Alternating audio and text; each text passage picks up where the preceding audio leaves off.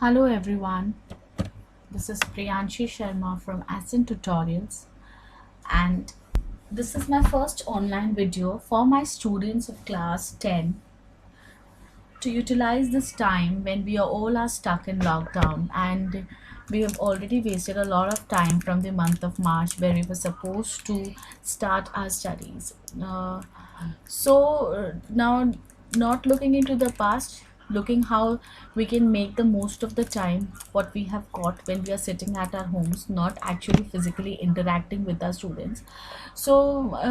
My students, I would like to tell you that this will be a new type of learning experience where we are not sitting in our classrooms and not interacting and meeting and sitting in front of each other, but this will be a new type of learning experience where I will be explaining you each and everything that you won't find it difficult to understand.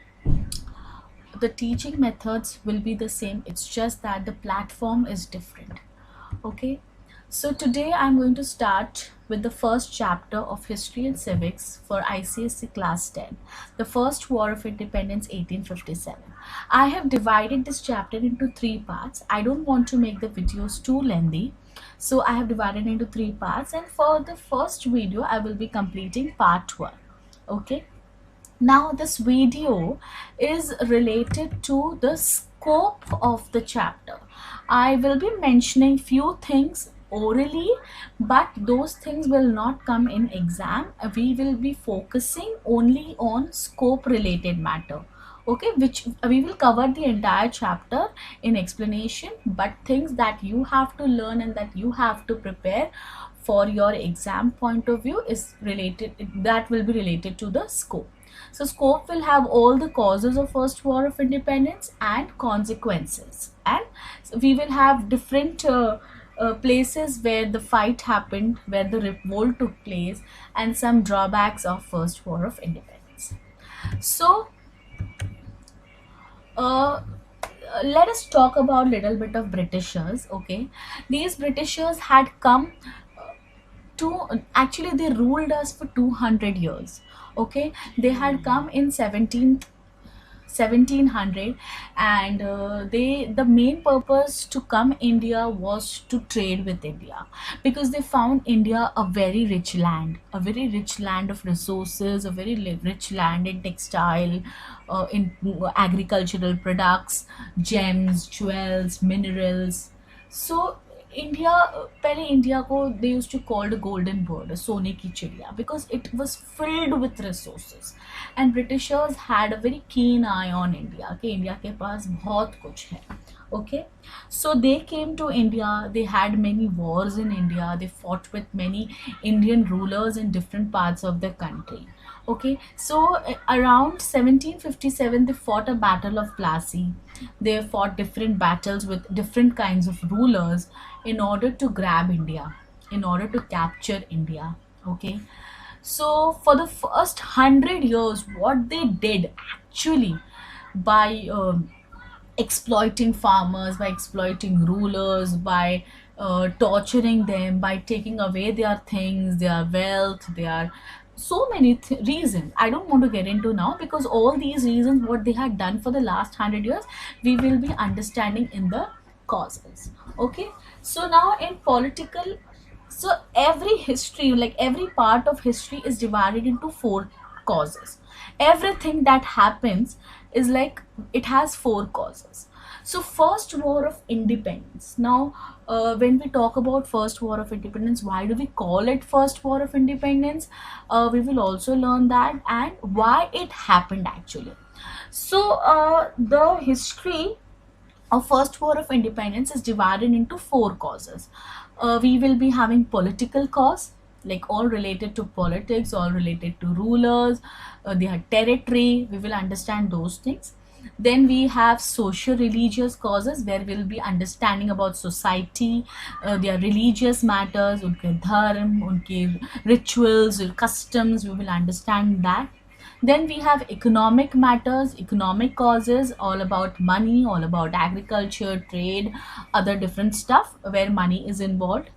And fourth will be the military cause, all about army, arms and ammunition, salaries, naval power, army power, so many things. Okay, so let us understand what are the political causes. Now this is all related to your textbook. Whoever, due to the lockdown, whoever does not have a history textbook, do not worry, just refer to my video, just refer to the points, they are all related to the textbook. Okay, so not to worry, they will, fulfill the demand of your questions also. You can take these points and write down in your answers also from my ppt. Also, I will be mentioning my notes link in the description box. Okay, now for first political cause was policy of expansion. The Britishers were looking, they were very much keen on India. They wanted to capture and acquire all the territorial parts in India. Because India is a huge land, and across India there was not one ruler. Her part India के, east हो, waste हो, north हो, south हो, सब जगह पे different rulers थे. तो मेन उनका मकसद, the main motive was to capture, to acquire territories.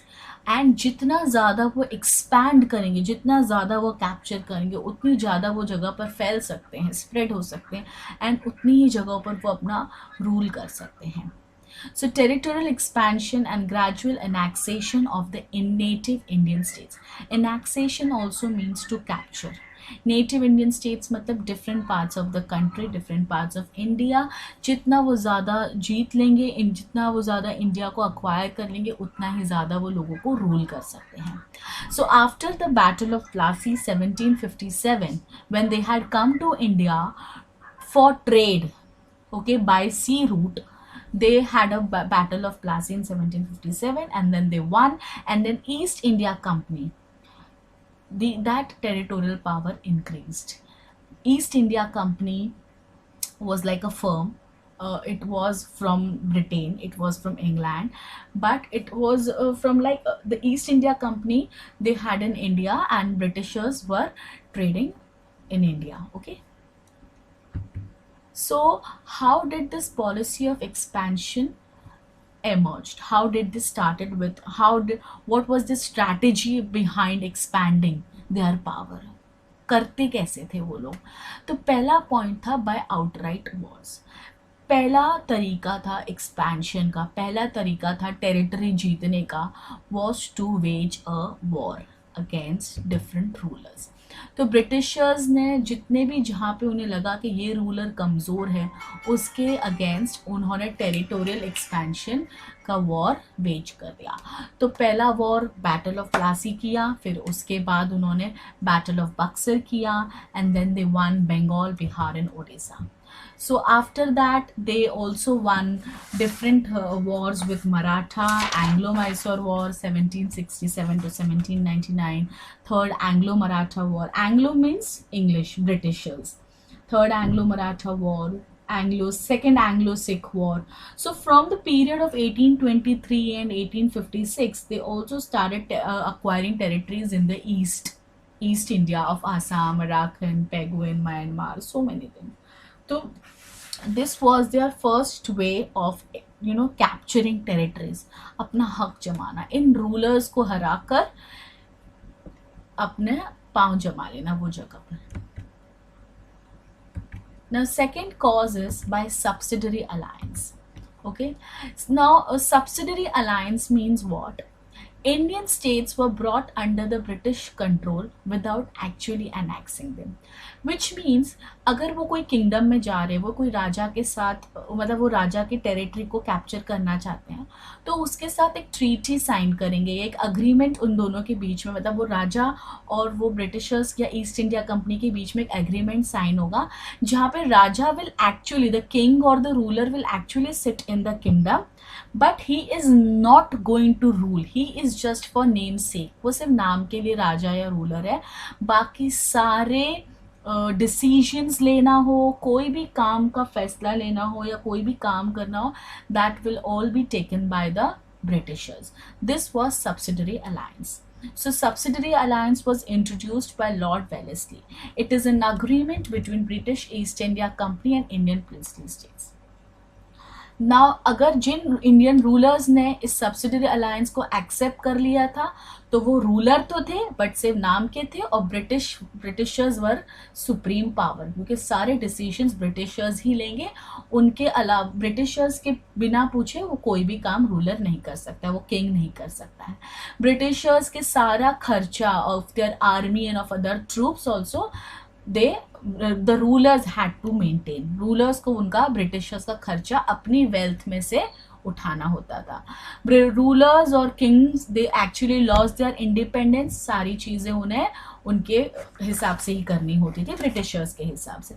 अगर वो सब्सिडरी अलायंस मतलब प्यार से अगर वो ये एग्रीमेंट नहीं करते थे, नहीं मानते थे, तो ब्रिटिशर्स उनके खिलाफ वॉर या लड़ाई छेड़ देते थे, they used to wage a war. और अगर तुमने सब्सिडरी अलायंस कर ली है तो फिर तुम्हें ब्रिटिशर्स के साथ, ब्रिटिशर्स पर तुम कभी भी हमला नहीं कर सकते हो। So if the Britishers are signing a treaty or a subsidiary alliance with the Indian rulers, so the Indian rulers will not get into any foreign relations with any other party, and they will not wage a war against the Britishers. So this was all about subsidiary alliance. Next we move on to another cause, that is doctrine of lapse. This was also a method of capturing a territory. Now doctrine of lapse was introduced by Lord Dalhousie, the Governor General of India. Okay, so उनका तरीका क्या था? He told that any Indian ruler who died and जिसका mail air नहीं है, mail air मतलब अगर जिसका बेटा नहीं है, his kingdom would be lapse to the company. मतलब इफ अगर उनका बेटा बाय बर्थ नहीं है तो वो किंगडम ब्रिटिशर्स के हाथ में चले जाएगा। अगर वो उनका बेटा है लेकिन वो अडॉप्टेड है तो भी वो किंगडम पर रूल नहीं कर सकता है, वो किंगडम ब्रिटिशर्स के पास चले जाएगा। तो इस डॉक्ट्रिन ऑफ लैप्स की टारगेट कौन बनी? झांसी की रानी। तो ruler of Jhansi when he died in 1853 he had no son by birth, he had a son but he had adopted that son. तो बाय बर्थ नहीं होने की वजह से एंड अडॉप्टेड होने की वजह से ही was not a lawful successor to the throne. तो ब्रिटिशर्स ने कहा this kingdom will be given to the Britishers. Jhansi की रानी इस पे रूल नहीं कर सकते बिकॉज उनके पास नेचुरल हेयर नहीं है। दैट्स वाई रानी लक्ष्मीबाई भी ब्रिटिशर्स की दुश्मन बन गई। ऐसे ही दूसरे स्टेट्स इस डॉक्ट्रिन ऑफ लैप्स की वजह से परेशान हुए, Dewas, Satara, Nagpur and Udaipur. Next cause is on the pretext of alleged misrule. Now what do you mean by misrule? In 1856 again Lord Dalhousie he annexed Awadh. Awadh को कहा कि यहाँ के जो रूलर हैं he does not know how to govern this place. उन्होंने बताया कि यहाँ के रूलर को ये एरिया या ये रीजन को गवर्न करने नहीं आता है, ये रीजन को मैनेज करने नहीं आता है, ये रीजन में प्रॉपर एडमिनिस्ट्रेशन नहीं, इस रीजन को यहाँ का रूलर अच्छी तरीके से संभाल नहीं पा रहा है। That's why this region will be given to britishers, it will come under the British rule. So इसकी वजह से यहाँ पे जितने भी नोबल मैन थे, नोबल मैन मतलब very rich official, soldiers, they all lost their jobs. And जो भी ताल्लुकदार, ज़मींदार थे मतलब लैंडलॉर्ड्स या लैंड होल्डर्स एंड ऑल, इन लोग की ज़मीनें भी ब्रिटिशर्स के हाथ में चली गई। इसकी वजह से जो लोकल पीपल थे of Awadh, they had to pay higher land revenue which means land tax and other taxes on food, houses and ferries. So इसकी वजह से यहाँ के सोल्जर के फिनेंशियल पोजीशन भी बहुत ज़्यादा अफेक्ट हुई बिकॉज इनकम लो थी या जॉब जा चुकी थी, and on the other hand उन्हें हायर टैक्सेस भी अपने लैंड पर बहुत ज़्यादा पे करने पड़ते थे। तो यहाँ के रूलर को हटाने की वजह से यहाँ के लोगों को भी बहुत ज़्यादा परेशानी हुई बिकॉज उन्हें ब्रिटिशर्स, यहाँ का रूलर ऐसे रूल्स लेकर नहीं आया था, but Britishers when the region got confiscated under the British rule, the local people of Awadh had to face many difficulties. So this was one category of political cause, that is policy of expansion. Britishers कैसे across India spread हुए by these 4 different methods. First method was to wage a war, लड़ाई करके जीतो. Second was subsidiary alliance, प्यार से जीतो, signing an agreement. Third was cheating करके जीतो, doctrine of lapse, saying that natural air नहीं है तो वो सन नहीं बन सकता. फोर्थ, अगेन बेवकूफ़ बनाओ कि तुम यहाँ का संभाल नहीं पा रहे हो, इसलिए ये रीजन हमारे अंडर चले जाना.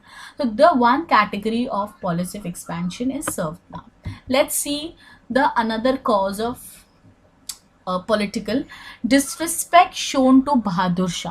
Now, Bahadur Shah was the last Mughal ruler. Okay, he was under the protection of the East India Company and he received a pension from the British. Why he received a pension and why he was under the protection of the company?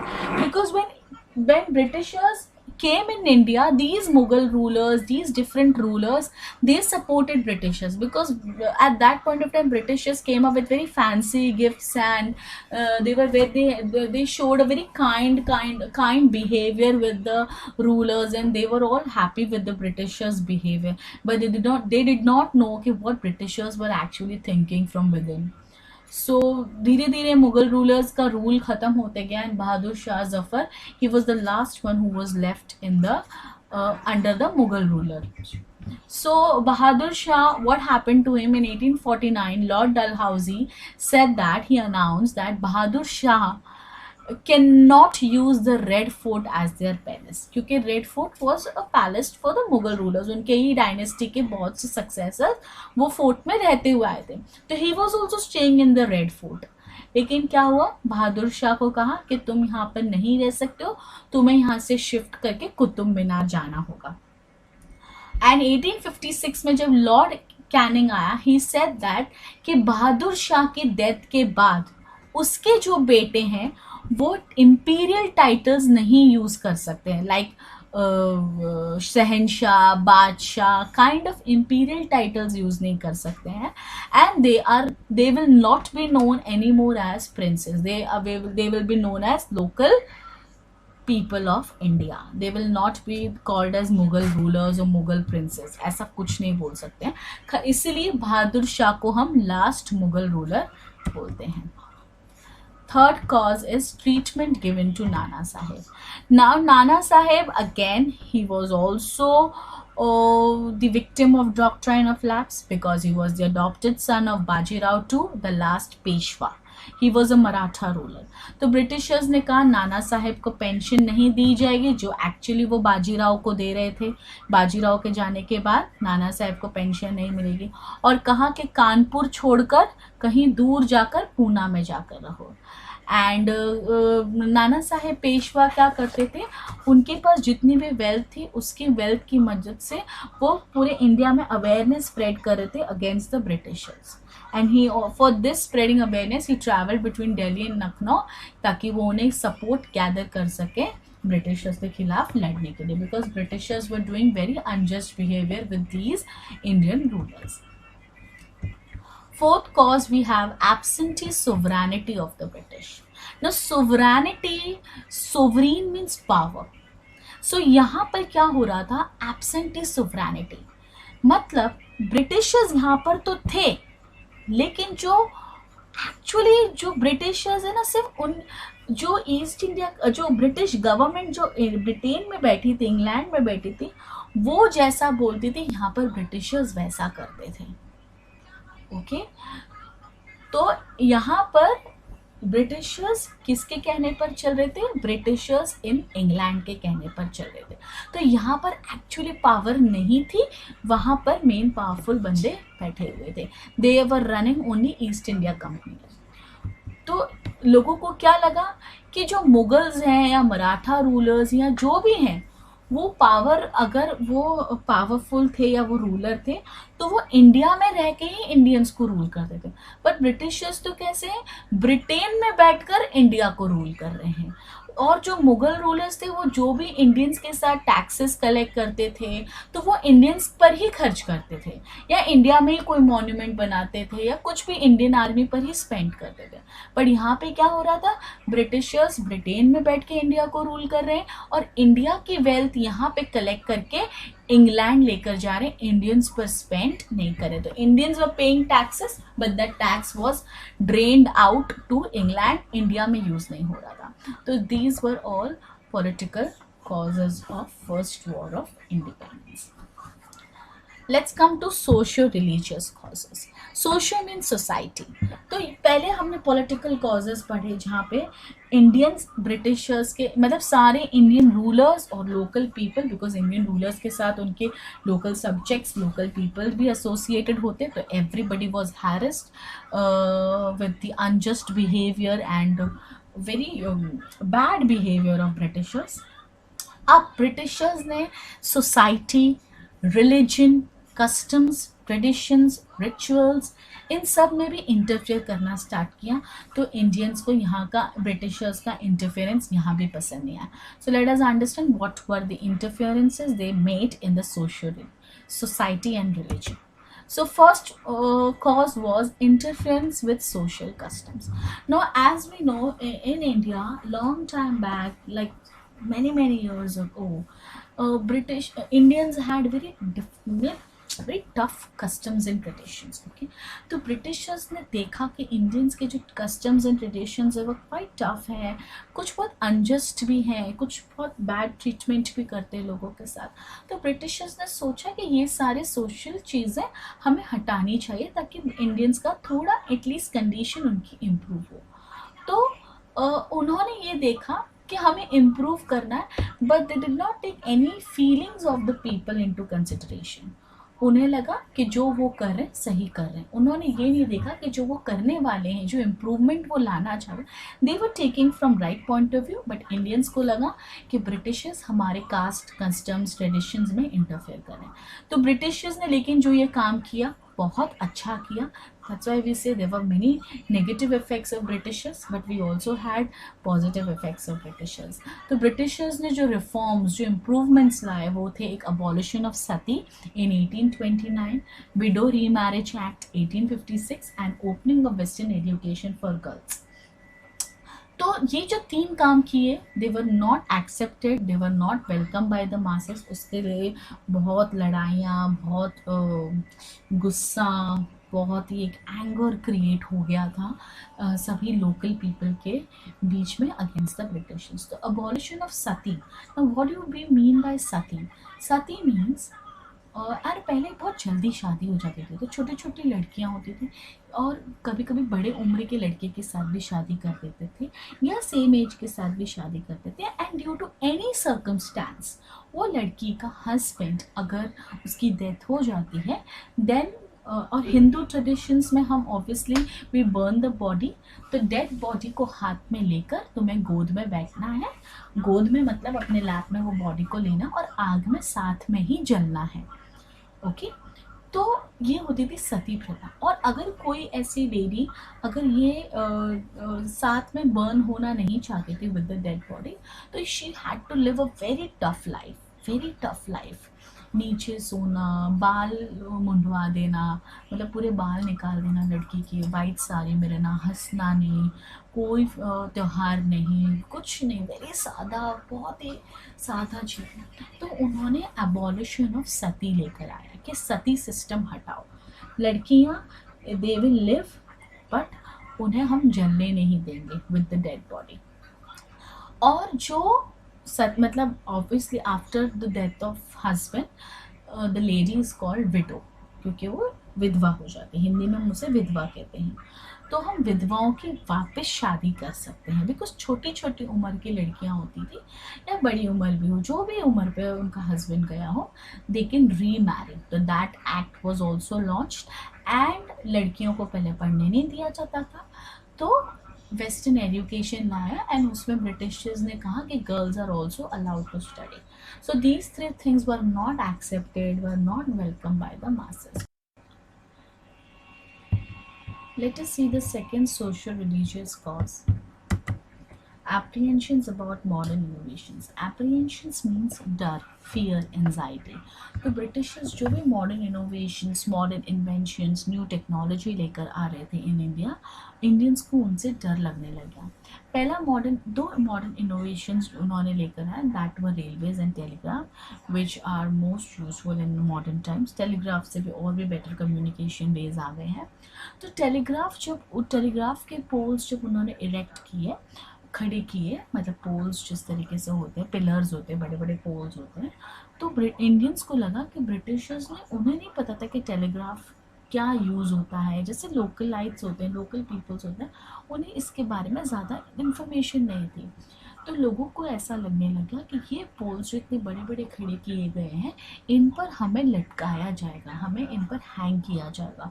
तो ऐसे rumours spread होने लगे और Indians के railways और telegraphs के against हो गए. ना रेलवेज के अगेंस्ट क्यों हुए? बिकॉज इंडियंस हमेशा कास्ट सिस्टम को फॉलो करते हैं. उनके बीच में ये हायर कास्ट और लोअर कास्ट का हमेशा एक डिफरेंस रहता ही है. हायर कास्ट वाले हमेशा लोअर कास्ट वालों को बहुत ही इल ट्रीट करते हैं.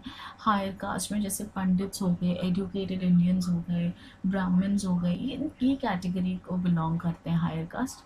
एंड लोअर कास्ट में शूद्रास हैं, स्वीपर्स हैं, कॉबलर्स हैं, लो प्रोफाइल जॉब करने वाले लोग लोअर कैटेगरी को बिलोंग करते हैं. सो रेलवे में क्या होता था, रेलवे कोचेज़ में, कंपार्टमेंट्स में, वहाँ पर कोई कास्ट सिस्टम ब्रिटिशर्स फॉलो नहीं करते थे. And Britishers never give any importance to caste and religion. So in the railway compartments, whoever wanted to travel, they had to buy a ticket and they were made to sit together in the same compartment. तो Indians को ये लगने लगा कि Britishers are not giving importance to their religion, to their caste system, and they were making higher caste and lower caste people to sit together. तो Indians को लगने लगा ये हमारे रिलीजन, हमारे कास्ट को इम्पोर्टेंस नहीं देते, इसलिए इन्हें रेलवेज और टेलीग्राफ से प्रॉब्लम होने लगे. डर बैठ गया कि ये हमारे अगेंस्ट ये दो चीज़ें लाई गई हैं. इंडियंस को ऐसा फील होने लगा. थर्ड प्रॉब्लम्स जो सोशो रिलीजियस कॉज था, जो इंडियंस के बीच में ब्रिटिशर्स के अगेंस्ट फीलिंग जनरेट कर रहा था, that was taxing religious places. Now Indians always give importance to their religion, चाहे वो हिंदू हो, चाहे मुस्लिम हो, सिख हो, ईसाई हो, एनीबडी. तो तो जब इंडियंस के रिलीजियस प्लेसेस, टेम्पल्स और मॉस्क, स्पेशली मंदिर और मस्जिद, जब ये दो लैंड्स पर टैक्सिंग करना चालू किया, तो इंडियंस को बहुत बुरा लगा, उनके रिलीजियस सेंटिमेंट्स को बहुत ज़्यादा हर्ट हुआ, ठेस पहुंची. तो इंडियंस का ऐसा मानना था कि हमारे जो पहले इंडियन रूलर्स थे, they never taxed our religious lands, because Indians हमेशा आइडल वर्शिप में बिलीव करते हैं, मतलब मूर्ति पूजा में. तो उनके मंदिर मस्जिद थे, तो वहाँ पे उन्हें ऐसा लगता था कि इन लैंड्स को टैक्स नहीं करना चाहिए, बट ब्रिटिशर्स हमारे साथ गलत कर रहे हैं, हमारे रिलीजियस लैंड्स को भी टैक्स कर रहे हैं. तो जो फैमिलीज इन लैंड्स पर डिपेंडेंट थे, उन्होंने लोगों को ये बताना स्टार्ट कर दिया कि ब्रिटिशर्स उनके रिलीजन को मानते नहीं हैं, ना ही कोई इम्पोर्टेंस देते हैं. That's why they are taxing our religious places also. Fourth cause था law of property. The law of property में क्या हुआ, the religious disabilities act of 1850, it change the Hindu law of property. It said that कि अगर एक सन को अपने father की प्रॉपर्टी इनहेरिट करना है, मतलब उसके फादर के बाद जो वो प्रॉपर्टी अपने सन को चली जाती है, तो वो अगर सन हिंदू रिलीजन को बिलोंग करता है, तो उसे वो प्रॉपर्टी नहीं मिलेगी अपने फादर की. उसे अपना रिलीजन हिंदुइज्म से कोई और रिलीजन में कन्वर्ट करना होगा, तभी वो अपने फादर की प्रॉपर्टी को इनहेरिट कर सकता है. तो इससे हिंदूज़ के दिल को, उनके रिलीजियस सेंटिमेंट्स को बहुत हर्ट हुआ कि why Hindu are being targeted, क्यों हम हिंदू से दूसरे रिलीजन में कन्वर्ट हुए और फिर अपने फादर की प्रॉपर्टी को इनहेरिट करें. तो this was one of the social religious cause. Fifth social religious cause was policy of racial discrimination. Britishers always, they differentiated between blacks and whites. उनके लिए Indians were blacks because we did not have a very fair tone of skin, a very fair skin color, like skin complexion like Britishes. Yes, we belong to fair category. हमारे यहाँ पे dark skin से लेकर white skin तक है, but we are Indians are neither too dark like Africans nor too white like Indians, sorry, Britishers. So we belong to a very medium range of skin color. तो Indian, लेकिन फिर भी उनको, उनके सामने Britishers को हमेशा गोरा गोरा कहा जाता था, तो उनके सामने इंडियंस हमेशा ब्लैक से कंसिडर किए जाते थे। तो ब्रिटिशर्स हमेशा रूड होते थे इंडियंस के अगेंस्ट, एरोगेंट होते थे, इल ट्रीट करते थे, और हमेशा ये बताते थे कि इंडियंस से हमेशा ब्रिटिशर्स ऊपर हैं, हमेशा सुपीरियर हैं, और इंडियंस उनके नीचे हमेशा रहेंगे। और उन्होंने ये दिखाया कि मुस्लिम्स के साथ बहुत क्रूअल रहे, अनफेथफुल रहे, और हमेशा इल ट्रीट करते थे और इंसल्ट करते थे इंडियंस को हर जगह पर। ऑपरेशन ऑफ द पुअर मतलब उन्होंने हमेशा पुअर पीपल को दबाया, ऑप्रेस किया, हमेशा नीचे रखा, अपने पैरों में के नीचे रखा, कभी भी ऊपर बढ़ने नहीं दिया।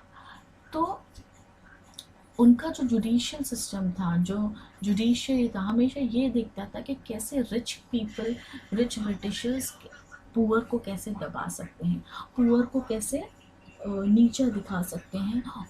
उन्हें कहीं पर भी जीतने नहीं देते थे, उन्हें टॉर्चर करते थे, जेल में डाल देते थे अगर वो रेंट नहीं दे पा रहे हैं, टैक्स नहीं दे पा रहे हैं, या उनके डेट मतलब उन्होंने कोई भी कर्जा लिया है, उधार लिया और उसका इंटरेस्ट नहीं चुका पा रहे, तो उन्हें धमकाना, टॉर्चर करना, जेल में डाल देना बहुत नॉर्मल था। तो इसकी वजह से जो पुअर्स थे और पुअर होते चले गए, बिकॉज उनका सारा काम वो छीन लेते थे या ज़बरदस्ती कोई काम कराते थे, और उन्हें बहुत ज़्यादा ही टैक्स भरना पड़ता था। तो that's why again these local Indians faced a lot of problem. तो these were all the socio religious causes. तो पहले हमने देखा पॉलिटिकल कॉजेज, जहाँ पे all the Indian rulers from different parts of India were affected by the britishers. फिर हमने देखा how society, how religion was affected by the britishers policy and their strategy. In the next video, we will be understanding another two different causes, economic and military causes. Thank you for watching my video. You can contact me for any details on this email ID. I will get back to your queries. Thank you so much.